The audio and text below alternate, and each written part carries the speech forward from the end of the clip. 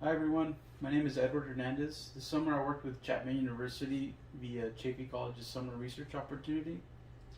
I worked on a project what we call the arm hand wing project, and what we found was that the flight performance has a strong influence on the evolution of bird wings.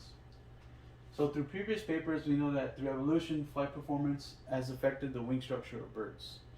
Additionally, in another paper, morphological evidence shows that the arm and hand sections are evolving separately, and we wanted to know if there was a functional reason behind this.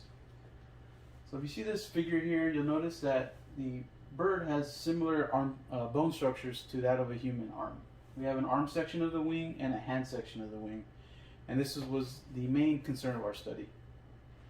To model gliding flight in our study, we used a program called XFlyer 5.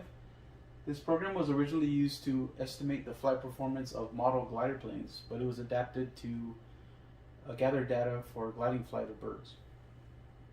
Our parameters of interest were the aspect ratio, arm camber of the wing, hand camber of the wing, and the fraction of the wing represented by the hand. Below here you'll see some references for what aspect ratio is. A low aspect ratio wing is going to be short and stubby, and as you progress into the higher aspect ratios, they're going to get longer and narrower.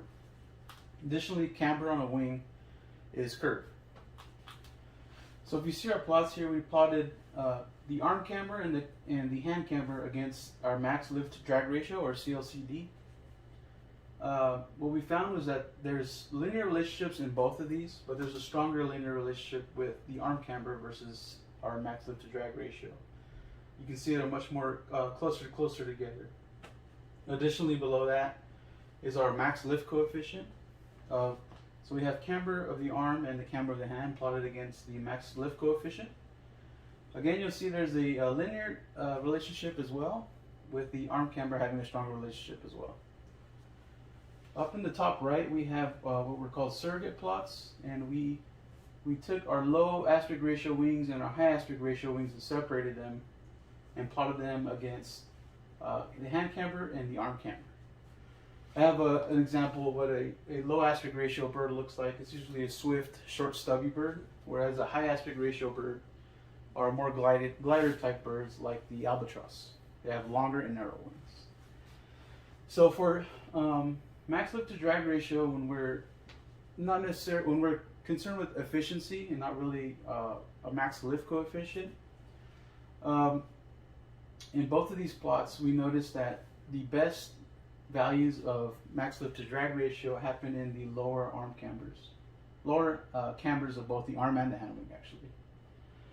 Additionally, for our max lift coefficient, where we're just concerned with a lot of lift and not necessarily efficiency moving through the air, for both birds, we find that for cambers in the higher end of the range is going to give us a lot of lift. So ultimately what this led us to, this gave us a Sobel index, and the Sobel index tells us the importance of one parameter to influencing the outcome. So these confirm greater importance of arm wing camber than hand wing camber, suggesting that there's a differential selection pressure on each structure of the wing. Excluding the fraction hands, this tells us that our parameters of interest are more likely to impart a stronger influence on morphological evolutions than other flight performance metrics.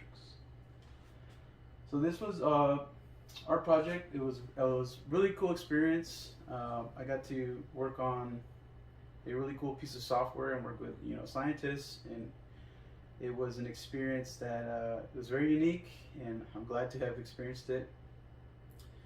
Thank you so much to Dr. Waldrop at Chapman University. She really helped me out a lot. And to the Chaffey SRO program, Dr. Priest, our facilitator, and Miss Linda Lamp for helping us out. Thank you so much.